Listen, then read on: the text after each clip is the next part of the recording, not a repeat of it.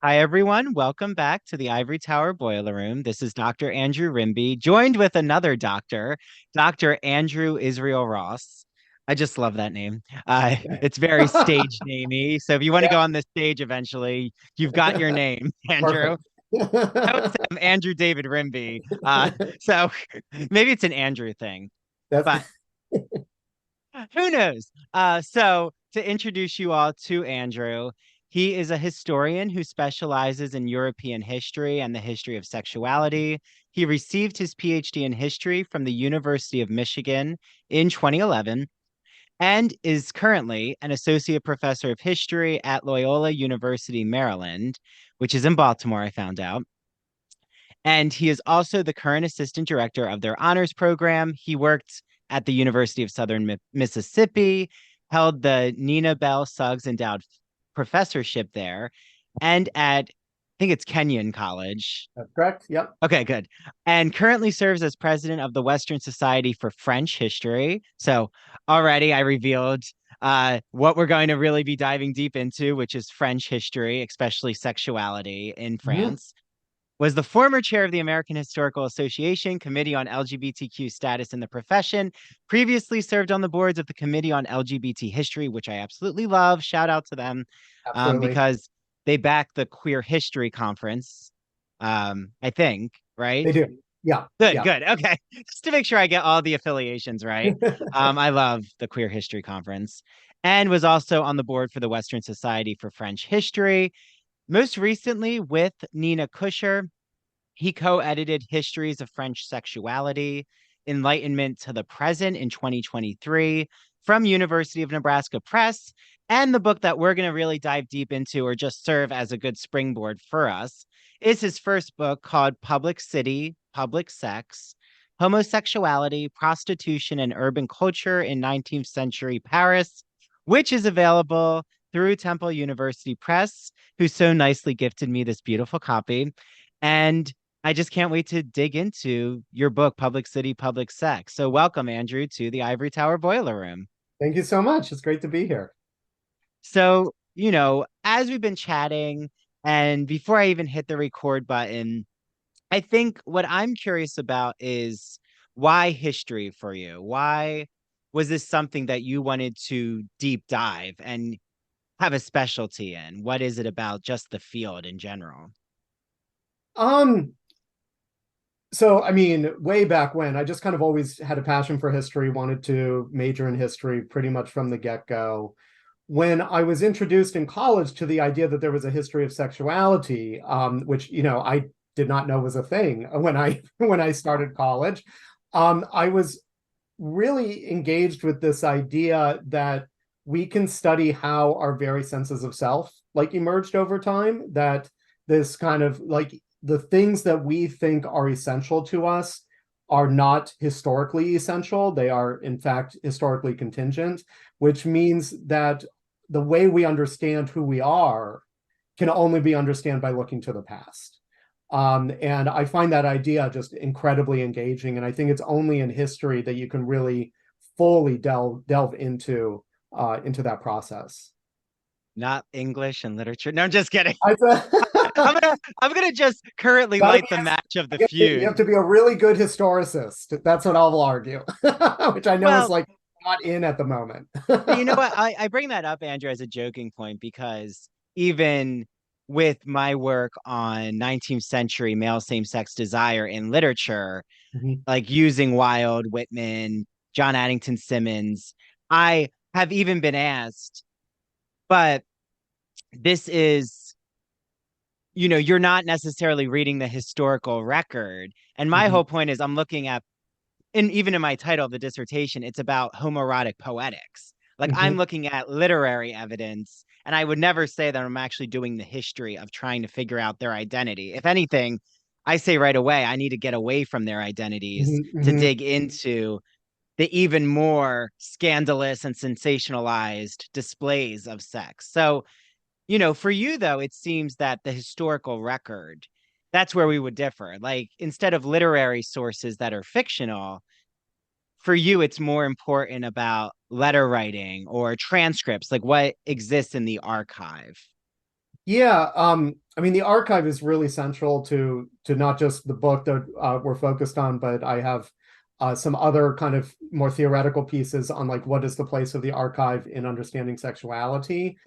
Um, so the particular kinds of sources might reveal different things than looking at literature. That said, I mean, in the book, it doesn't happen too often, but you can't, especially in 19th century French context, you can't help but be attracted to some of the novels that are engaged with some of these ideas as well. I mean, some of the writers were actually looking at some of the same material, right? So Émile Zola was really interested in the medical discourses around homosexuality especially towards the end of his career. He was also interested in how people understood female prostitution more, during the kind of center of his career. So they do interact. I mean, it is funny because when I was in graduate school, it was about like it was the mid-aughts, and it was like this moment where people in history were really wondering, have we gone too far in trying to use literature as our source base, right? Because in the 90s, during the cultural turn, there was all of this conversation about the importance of representation and what historians could do with fictional representations rather than just the archive. And I think the same thing was kind of going on in reverse for my colleagues in comparative literature and English. Have we gone too far with the new historicism, right? Are we too engaged with contextualizing, and have we lost kind of sight of what is actually going on in the text? And these days, I feel like there's almost a détente where we understand that, fiction is a historical source as well.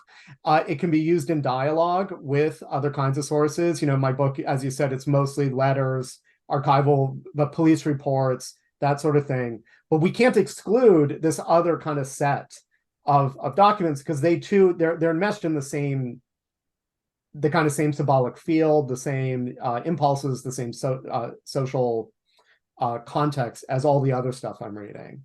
So I really like kind of looking at the dialogue in some ways between the two. Well, because I have you here and you already mentioned a buzzword, which is new historicism in terms of theory. Um, there's old historicism and there's new historicism. And every time I've taught this to my students or how I was taught it, I have always scratched my head. Like I think I understand it even when like I'm explaining the process. But right, old historicism does not look at contemporary, is not interested in like current cultural trends. But new historicism, you're supposed to like pay attention to how the past is impacting the present. Is that right? Or like how would you just define those differences? So those two terms are much more they're a bit outside my own realm of expertise because I think they're much more current in conversations than literary criticism. What I would say, and I think in my own research and interest that you're referring to, is kind of a conversation between different kinds of historians of sexuality about the relationship between the past and the present. And there was a really important book that came out, I think about 10 years ago now, by Laura Doan on how we might approach the relationship between where we are now and where we once were. And she defines a term called, and I sometimes get the order wrong, so excuse me, Professor Down, queer critical history, which explicitly says it is not possible for us to kind of abstract ourselves from our present moment, right? We can't like simply say, well, I'm going to take an objective look at what occurred in the past and just kind of remove myself from my own present identity. And therefore, every time we look at the past, we are shaping it ourselves because you can't tear the two apart. And one way of kind of reckoning with that difficult, well, there are two ways we might reckon with that difficulty. One is we might just kind of lean into it and say there is no past without the present and vice versa. And therefore the past, that's not to say that the past has to be usable, but that the past is always going to speak in some way to us because we are the ones seeking it out in the first place. Mm. And the other way, and they're obviously complementary in some ways, is to acknowledge that we will never fully know the past, right? The past is something that is in some sense always going to be out of reach. It's never going to be fully knowable because the past is essentially different from us. And so how might we reckon with that fundamental unknowability about because which exists by virtue of our position in the present. How should a historian deal with that? In my own work, I try and kind of lean into this unknowability. Like, I am interested in how people understood themselves, but I also acknowledge I really can't ever understand. I can only lay out a certain set of possibilities that ultimately, I might have a guess about which one is more likely, but fundamentally, these are people whose life experience were different from mine, and I can't. A police record is not going to tell me what they felt. So those are the kind of tensions I see in current work within queer historicism. Well, yeah, that affective feeling of trying to place yourself when, especially the allure of the archive. Or I just remember there were so many Yeah, books currently written about the mystery, the allure, the mysticism. yeah. There's like just trying to figure out why the archive. It was like when I held the first picture of Dorian Gray copy Mm-hmm. from Philadelphia at the British Library. There is something so beautifully um untranslatable about that feeling. But at the same time, you're right. You can easily get pulled and thrown into thinking that you actually understand the writer or this Mm-hmm. perspective of their identity. But I think for your work, what I love so much with Public City, Public Sex is, Andrew, you really balance that. I guess we could call it history of sexuality, the old historicist. I mean, I don't, for all listening right now, I'm making a generalization, but that we're not going, the anachronistic argument to me is what I think about with old historicism and new historicism is if we're going to stay away from current LGBTQ language, you are doing more of that old historicist. Like, how does the archive speak? Like, how are these men described in the letters, in the legal documents?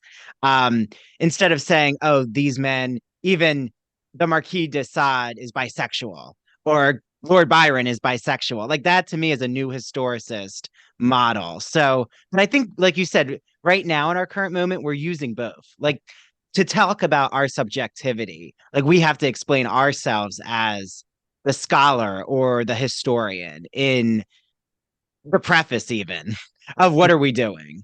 Mm-hmm.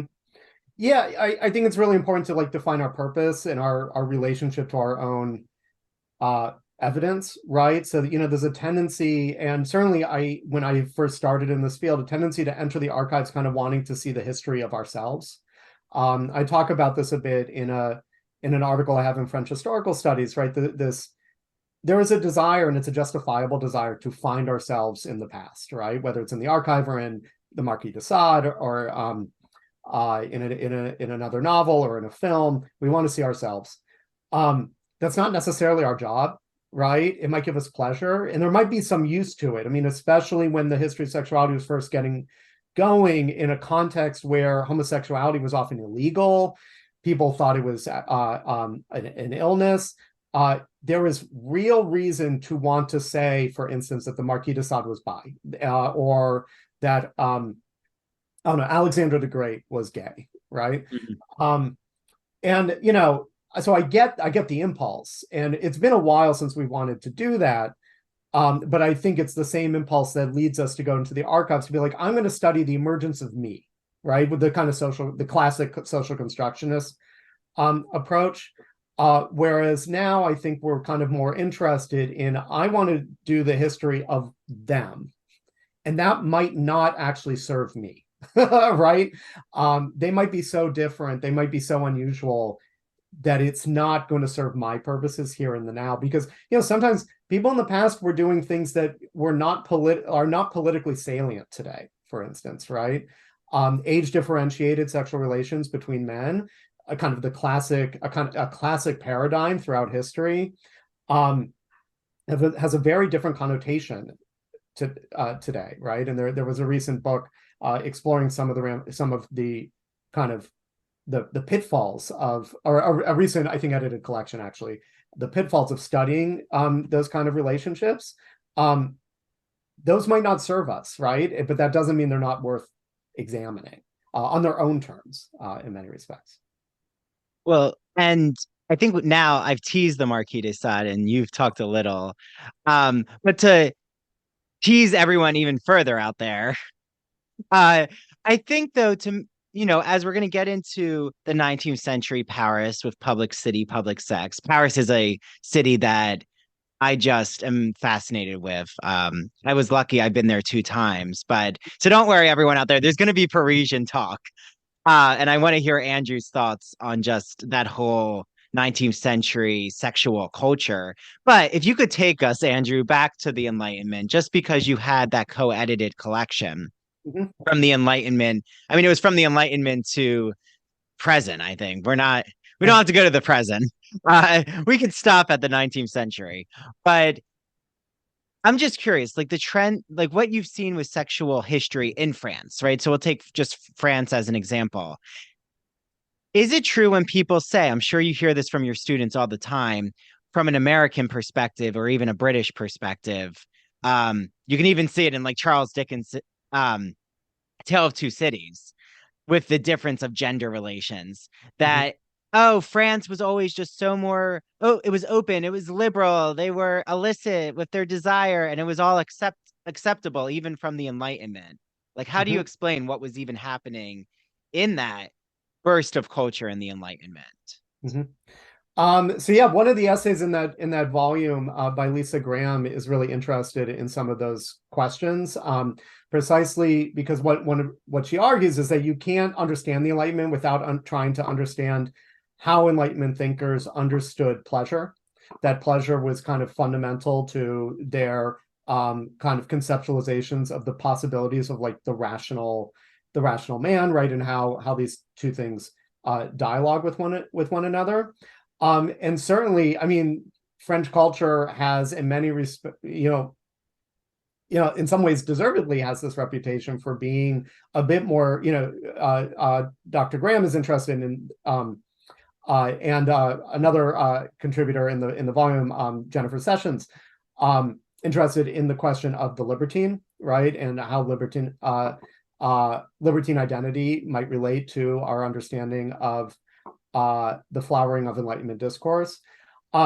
When it comes to queer history, there's a lot of debate about how the Enlightenment understood queer sexuality and its place in French society. So one thing, during the French Revolution, under Enlightenment principles, it eliminated the anti-sodomy statute from French law, which was then affirmed in the Napoleonic Code. So France becomes very unusual in not having a ban on sodomy throughout, from the end of the 18th century through the 19th century, whereas most European countries continue to have one. So there is this kind of libertarian aspect to French culture that comes from the Enlightenment. This kind of what you do in private is your business. But as our volume kind of shows, there's also a deep anxiety about what that means. Like what happens when you kind of unleash pleasure, when you unleash desire, when you don't want to control it.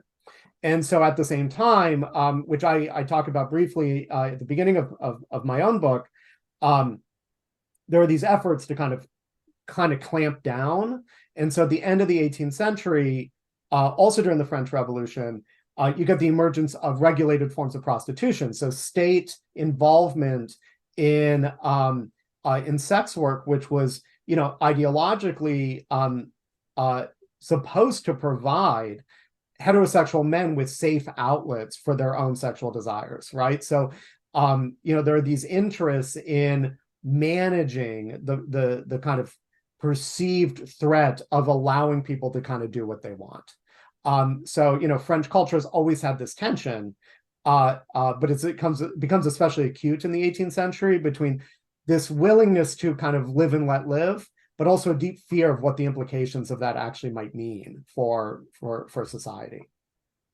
So who are some writers from the Enlightenment like you would recommend to everyone out there who are really starting to grasp, or they're articulating a gender sexuality relationship, or are just even keyed in on what's happening with sexual relations? Yeah, I mean, the most important is probably Rousseau, who, he wrote obviously the Social Contract, and he has his kind of his reverie, but for our purposes, the most important are his treatises on education, which in many respects are where the kind of modern idea of kind of private and public spheres being differentiated along gender lines comes from. So this idea that women are it's essentially heterosexual.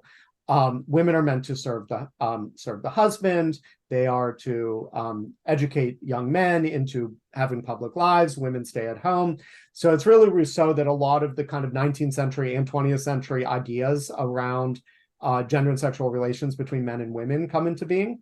So I would definitely, that's a big one. Mm-hmm. One other that, all the Enlightenment thinkers kind of touched on it, like Voltaire has some quips about sodomy and Candide. His own, there's always these rumors that he actually had sex with Frederick the Great, complicated. One book I would recommend, it is, I think it's in many ways homophobic, but it is an interesting text. Denis Diderot's The Nun, which is the story of a woman who is forced into a convent. It's essentially an anti-religious tract. A nun is forced into a contract, and she is essentially sexually assaulted, although she doesn't quite realize it, by the Mother Superior. So the kind of thesis is that, religious conservatism, right, this kind of enclosed space of women leads to sexual perversion. And so again, it's that fear of that too much pleasure comes from a kind of unnatural situation, being this religious order. So two that comes Voltaire off. Was basically, it was in a convent. They're all nuns, and there's this hysterical sexual frenzy. I think it's actually based off of I'll have to look it up as we're talking, but it's based off of a novel. But I'm sure it has some allusion to what you're talking about with Diderot. And yeah, the nun horror story is now back in, especially with Assault. We have the Nun 2 with the Conjuring universe, with Halloween. We have there's a Netflix series called The Seekers about actual real life assault in nunneries. So, or the convent, I should say. Nunneries, it sounds like I'm doing a Hamlet monologue. Yeah. But okay, so yeah, everyone out there, we need to even though you're saying it does have homophobic tendencies, it's a very interesting case. Well, there are other possible. I mean, I love that book. I love those. It's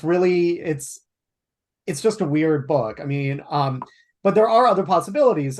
Lauren Groff's recent book, The Matrix, kind of takes up the more liberatory possibilities. It's a story about this earlier period in England of a woman who is exiled to a convent, becomes the Mother Superior, and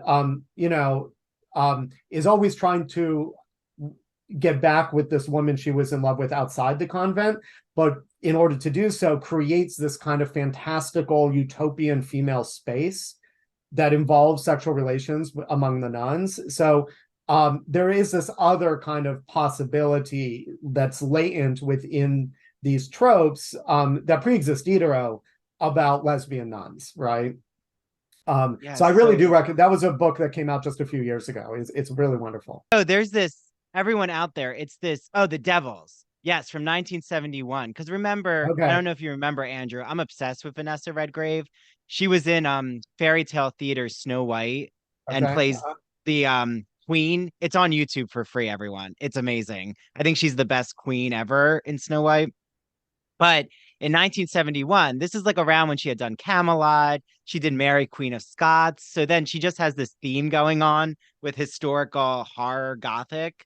And it's about a 17th century Roman Catholic priest accused of witchcraft after the possessions in Loudun, France, that focuses on the sister who's a sexually repressed nun. Yes, by Devils of Loudun by Aldous Huxley. But I think is taking some of those, right, the witch trials in France, that you're almost around that same period you're talking about.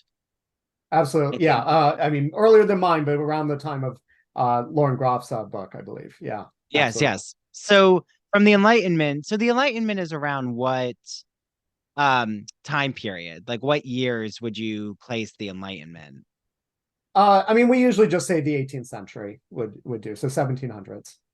Okay. So then when we move after the Enlightenment, like I'm always just curious, how does the Marquis de Sade get such a reputation for being so kinky and the illicit desire he shows in his um I would call them books, but they're almost like tracks in a way, or polemic missions of sex. And there's that one, is it How Many Days of Sodom? I'm trying to remember. I always, I 98, I can't quite remember. Okay. Um, But ugh, he has, I think that was the only, if I remember, there could be more, but he's had a few that actually have been turned into movies. mhm. And I find that very interesting how he really becomes that libertine gone wild in a way. Um, but why do you think the Marquis de Sade is able to enter into this openly sexual escapade during his life? I mean, de Sade is probably just the most famous of the pornography that was being produced during the period. So he wasn't a lot. I mean, he's the most, perhaps justified, most notorious. I mean, he was because he was thrown in prison. They're pretty long, they're proper books. But there was a whole wealth of pornography that was produced during the late 18th century. I mean, it's kind of a myth to think of the Enlightenment only as um, kind of these guys laying out these rational tracks like the spirit of the laws or something like that. There was a lot of kind of what we might call the gutter press, right? And the historian Robert Darnton talks a lot about this, where pornography could be used to attack kind of political systems and social inequalities and that sort of thing. And you do that in order to kind of get read because people like salacious stuff, but also play up and exaggerate the kinds of things that you want to critique. And so perhaps most famously, there was a great deal of pornographic material produced about Marie Antoinette. So there were rumors that she was having an affair. I mean, she was in love with this guy, that her children were bastards, that she was a lesbian, and you can find these images of Marie Antoinette as lesbian, which is, yes, it's salacious and titillating, but it's also a way of delegitimizing the royal family of France. So, de Sade might be the most famous, but he's only one of this broader kind of production of pornographic literature during the late 18th century. He becomes tokenized, is what you're saying. Like Maybe in some sense, he yeah. becomes the emblem because of his story and biography. And actually, shout out to my friend Eric. Speaking of a Parisian, an amazing Parisian. And the first time I was there was a Whitman conference for the week. Oh, very cool. And I had stayed with Eric. He had opened up his flat or uh, condo. I'm not sure the terminology in Paris, but he was in Charenton. And I remember going for a beautiful run. Just such a pretty place. Flock Uh-huh. to Charenton, everyone. It's like so close to the center of Paris. But that's where the mental health, the institution, or what would have been the insane asylum that the Marquis de Sade went to, Yeah. was right there. So I just remember seeing a plaque about the Marquis de Sade. Yeah. And Yeah. just for us to know, for everyone out there who's screaming about the dates, it's 120 days of Sodom. There we go. Thank you. Um, so it's a lot of days of Sodom and Gomorrah type escapades. And, is it, once you do like look through the Marquis de Sade, do you think that his sadistic tendencies are overplayed? Because that's what these movie representations, especially I think the 120 Days of Sodom one, I've seen that one before in clips. There's a lot of whipping and like leather play. It's like that very really taking all of his writing in just kink BDSM almost culture. Is Yeah. that accurate? Well, it's honestly, it has been a long time since I've read de Sade myself. I don't find it surprising though, because we think another reason why de Sade is so famous is that he gives his name to sadism and masochism. And that's a 19th century story of, pathologizing and rendering as diagnoses particular kinds of sexual acts, right? So the idea that, someone's interest in pain signifies something about their very self is taken up in the 19th century, made a kind of a medical problem to be solved, and then becomes kind of a social question that can then be brought into modern cinema or literature. So his longevity is also related to the ways in which his what he was interested has become so central to our own understanding of what makes someone a sexual being in the first place. Well, I think you've just relaunched a de Sade book club for people Oh, out there we there. go. So Okay. if people start reading de Sade more, we could attribute it to, our conversation, Andrew. Maybe I'll There we even go. choose a de Sade for a book club that I'm doing here eventually. We'll see. Perfect. Yeah. There you I have to like look back through his work again, but I don't want to let the Marie Antoinette pornography point drop because I thought it was so fascinating. And, you know, I'm sure, how many times have you been to Paris? I would just go. love to know. Uh, I lost count. Let's put it that way. I Oh, a lived lot. there. Yeah, a lot. Yeah. Oh, you lived there for how long? For about a year and a half during my dissertation research. Oh, wonderful. What uh is it, I always, whenever I'm with someone who actually knows French very well, because I have like a basic, I can order Jodri, wait. Oh, I'm not even gonna try it right now. If it comes back to me, I'll try it. Uh, but I can order an iced coffee. There you go. Was, Hey, was my that's important. concern. That's important. But I did always like start in French and just, bonjour. Uh, je voudrais acheter un café glacé. Okay, there you go. Perfect. And then one of the Starbucks, they started clapping for me. I was like, Yeah. I have to say, it's such a, when you speak French and try and just communicate, or even if I just say, pardon, can you please speak English? I think it's that to me, there's such an openness there. And it really is an open city, in my opinion, of just even relaxation. Mhm. Maybe again, it's because I don't speak French fluently, so I can kind of um be an outsider still in a way to the culture. Yeah. Right, that's like the expatriate Ernest Hemingway, Gertrude Stein model. But you, I know, are fluent in French, I'm assuming. I would say I get by. Let's put it that way. My Good. You can order more than an iced I coffee. can definitely order more than that iced coffee. That's good. And I will work more on my French when Yeah. I'm back. But what I just would love to know, like when you were living there, even, assuming you had frequented or were around, is it La Marais or the really queer, and it's queer and Jewish Mhm. historically Yeah. section. It was historically Jewish, but like now it's a very LGBTQ center Mhm, of mhm. nightlife, and even there's really wonderful museums there. So, and it's near Republique, which I absolutely love that Mhm. area Yeah. too. Ah, okay, I need to get back to Paris, Andrew. So anyone out there who has like, if you want to hire me for consultation services in Paris, maybe I need a trip. But what was it like actually being there? Like you said for your dissertation, has things from even public city, public sex, are there aspects of your book that you feel you wouldn't have arrived at without knowing intimately the space and the city of Paris? Um, Honestly, not. I have to admit, probably not.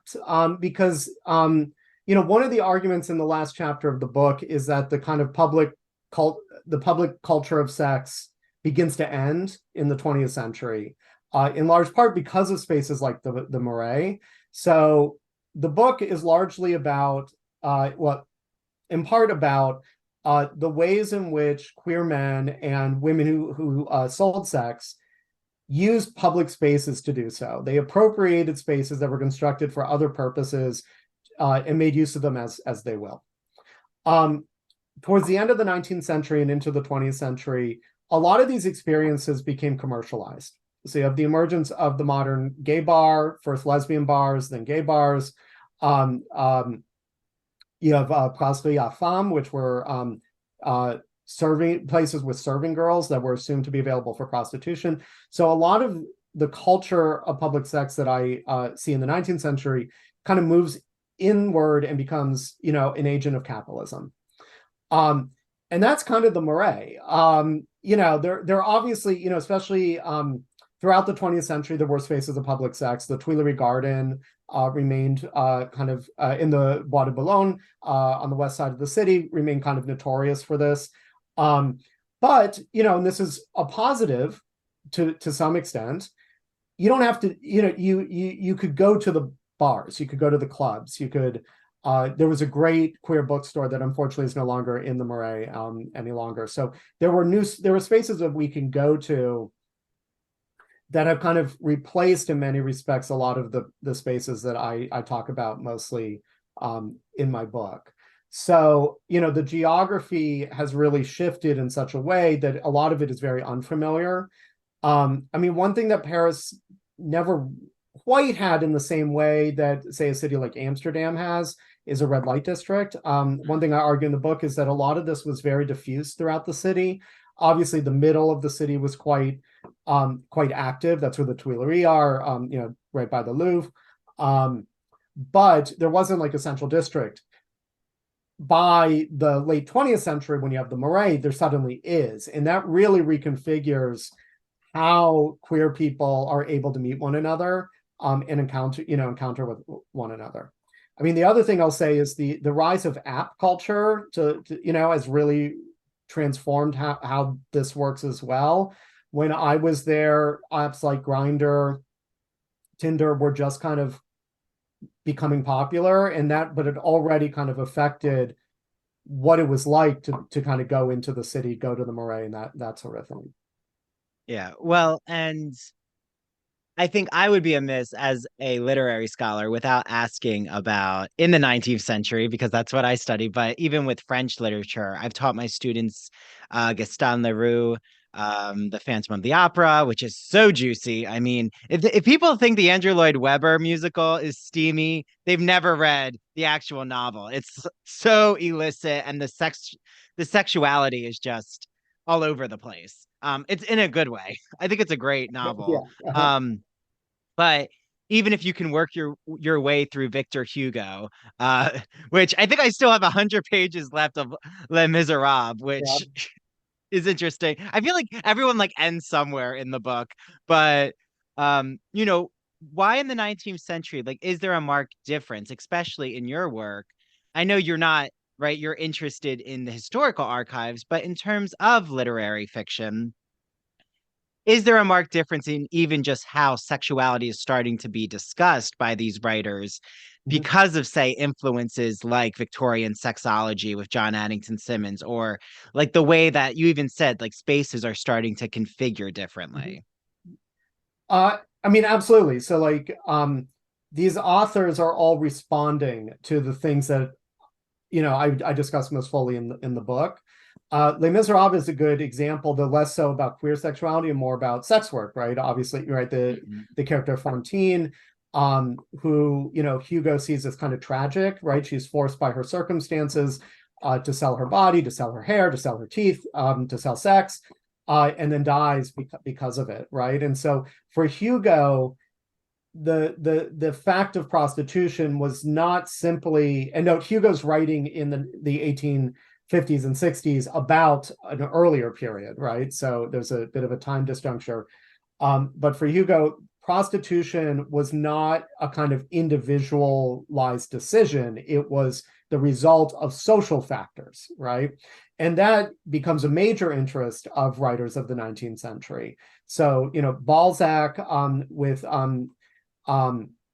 The Human Comedy, right? The series of novels about the society of early 19th century France includes, of course, questions about sexuality, prostitution, but also male same-sex sexual desire in prisons and how that can then gets applied once outside prison walls. Or Émile Zola at the other end of the 19th century, who's really interested in how kind of, among other things, he is interested in how degeneration or perversion gets passed down through families Mm. And that leads him to consider, right? It's not genetics, right? Nor is it really eugenics, but he is interested in heredity, and how you might understand heredity in terms of sexual behavior or sexual identity, sexual act, sexual behavior. So, like, if we use those three examples, we can see how literary interest in sexuality is deeply informed by and is trying to explain at the same time the kind of social changes and political changes and changes within the intellectual history that is surrounding them, right? Well, and Colette and Marcel Proust, I feel they owe so much. I mean, Colette is a trailblazer, of course. I want to, Mhm. especially as a female writer. And I thought it was a very good movie that came out in those last a few years ago. It's probably like 8 years ago. Everything is lapsed in my Yeah, time. But I think it was with Keira Knightley, right? that, Didn't that sounds right. she? I missed it, but that sounds right. Oh, you have I, to watch yeah, it, Andrew. I'm It's not. so Yeah, good. What do you, especially I'll check with it your out. specialty?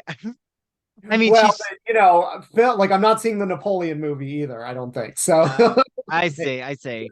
Um, but right, because she's born in the late 19th century, to me, she's almost a not from the same social class, of course, but she's kind of America's Edith Wharton, in a way, is how I like to view it, because she's Mhm. responding to gendered culture from Absolutely. her perspective as a woman making a living on writing, a Hmm. living as a writer, almost like Virginia Woolf, right, in Hmm. England. Again, I don't want to say like they also have their own, white female privileges, but it is interesting to see these through lines with Yeah, these writers. But absolutely. I do have to ask, how do you weigh in on Marcel Proust? Because I feel like he can be a controversial figure. So I need to know, have you worked your way through his books? Like, what do you think of even his life with sex and sexuality? I in grad school read most of In Search of Lost Time. I took a seminar on it. What I appreciate about Proust is that I see so much of what I saw in the archives in the book. So especially around the use of public space, the way in which queer desire was changing over time. I mean, he really in the Sodom and Gomorrah volume talks about the closet and shame, right? I mean, this is most famously interpreted by Eve Sedgwick in the Epistemology of the Closet. Um, but Proust seemed to understand the kind of ways in which queerness was going to be kind of both possibly pleasurable, but also this source of deep shame and difficulty. And it's in Proust that we can really see, I think, the emergence of that kind of consciousness. Um, we often and the literary critic Michael Lucy talks a bit about this in a lot of his work, the relationship between Proust and André Gide. André Gide famously in the 1920s comes out with a kind of coming out novel, like I am gay. I mean, it's a complicated novel. Novel isn't even quite the right word. Proust was much more reticent to kind of lay down a marker like that. And it's in part because he had such a complicated relationship to his own sexuality. And that strikes me as much more typical than especially in the early 20th century, the kind of out and proud, although again, complicated because Gide's defense of homosexuality was not egalitarian vision. It was kind of a masculinist one. Like it's good when it engages in this kind of classical, as we alluded to at the very beginning, this or before we actually started talking, this kind of classical understanding of what makes someone manly. Whereas Proust, I see a bit more of the desire, the eroticism that makes modern queer culture what it is today. Absolutely. I mean, I even argue John Addington Symonds and um, Havelock Ellis, they are not articulating a utopic this fits all, even this fits all queer men, let alone queer women, which Right. are rarely talked about in their work. Um, and there's a reason why Freud starts to pathologize, in my opinion, in On Narcissism, his essay. There's a reason why he's able to really latch on to certain pathology is because Simmons and Ellis have already said there's a certain acceptable homosexuality, and then there is almost the pervert, or there is the pederast. Like they still use these um put down terms. So I Yes. appreciate you saying that, even of how Gide is complicated. And on Marcel Proust, I do think the messy layers is what makes his work fascinating to me. But it's almost the messy layers of, oh my, well, I have to mention even Genet, like Mhm. Jean Genet, and it's is it Our Lady of the Flowers? Yeah. I think. Okay. See, I know some French literature. Yeah. No, I've done my work. So no, I love French literature. I have to say, French literature, eventually I'm sure I'll interview someone who studies Russian literature, but it is not, I have to really work my way through Russian literature. Uh-huh. French literature speaks to my heart. Russian literature is tough for me. Is it? Yeah, it's Especially further afield, Tolstoy. I guess. So I think my last question for you, Andrew, this has been such a pleasure. I've loved Absolutely. just all, the rivulets and waves that we've ridden together here. So what is it about Public City, Public Sex, your book? What is one response? And it can be a general response, of course. Something that a reader of yours has taken away that you didn't expect, but it just really hit you in the gut in a positive way of, wow, I can't believe that really resonated or came out of my book. Hmm. I love that question. The thing, I don't think this is just one person, but the one of the most common responses to my book is that people really appreciate that it is not simply about queer men, that it is also about queer men's relationship with especially female sex workers. Because one of the things I argue is that in the 19th century, these are two very deeply enmeshed milieu that are understood in the same way and that interacted with one another. Um, and the reason I'm really glad that people appreciate that aspect of the book is that it's, I mean, it's just a important part of the argument, because one of the is just, you cannot understand the 19th century queer life without understanding the life of working class women. You just can't. Mhm. But it also, in terms of the book's politics, I hope opens up a space to think more clearly about how we might construct a sexual politics that is um, a bit less, if not classist, a bit less constrained by the various identities that we see ourselves inhabiting. It would be nice if the Human Rights Campaign, and I've not been too up on what they're up to it these days, so forgive me if this is incorrect, would engage a bit more with sex workers' rights, as just one example. So I'm really glad that that's resonated with folks who have read the book. Yeah, well, your book, especially even in its subtitle, it's Homosexuality, Prostitution, and Urban Culture in 19th Century Paris. Like these groups are all living in the same quarters. And I agree with you. I mean, what you say about sex workers' rights, I would even advocate, because I've had Tim Dean on the show and Mhm. Thomas Wall, and about porn workers' rights. And I mean, Mhm. which is under sex workers, but like the subfield of, like, there are those who are empowered by the work they're doing, and it's, putting down their industries is not helpful for Mhm. the sake of respectability politics. Right. Like, the thing is, yes, do I want eventually to have a child and a husband? I do, but that's my decision. But I also don't want to exclude other industries or like other people's ways of loving and living sexually. So I'm so glad you said that, Andrew. I think that you've even said there's a lot of messiness, but we don't have to um you don't have to make sense out of the 19th century, especially what you're doing with Paris, which, why your book is just has caused such conversations in wonderful ways, is you're a model for me as well, because we don't have to throw try to explain, everyone's sexuality, that you're trying to articulate that this is all queer male experiences in Paris. Like, again, you're restricted by the archive, but it also is telling its story about Mhm. the police records and, how men were surveilled in Paris and how prostitutes were surveilled, and that a lot of the times they ended up in the same prison system. So I thank you for that, Andrew. This has been Thank you. wonderful. I'm excited. Absolutely. I think Andrew might come back on the show eventually in a different capacity, but That there'll would, be time, but I'm we'll going to talk talk about it. with That him. sounds great. We'll talk about it. So everyone out there, please get your hands on Andrew Israel Ross's Public City, Public Sex by Temple University Press. I have a link in the show notes. I have a link to Andrew's website, to his work. Again, he had co-edited that series on the Enlightenment to the present with sexuality. And I think you all have a lot to read out there, especially if you've never read French literature. He's given you a lot of Lots of books, recommendations. a lot of recommendations. Exactly. Well, thank you so much, Andrew. This has been a wonderful time. Thank you. I really appreciated it. This was fun.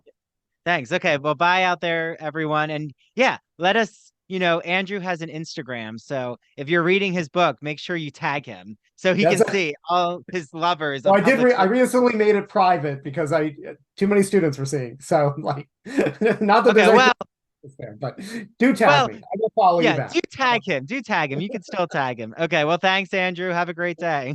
Thank you. You too. Bye bye.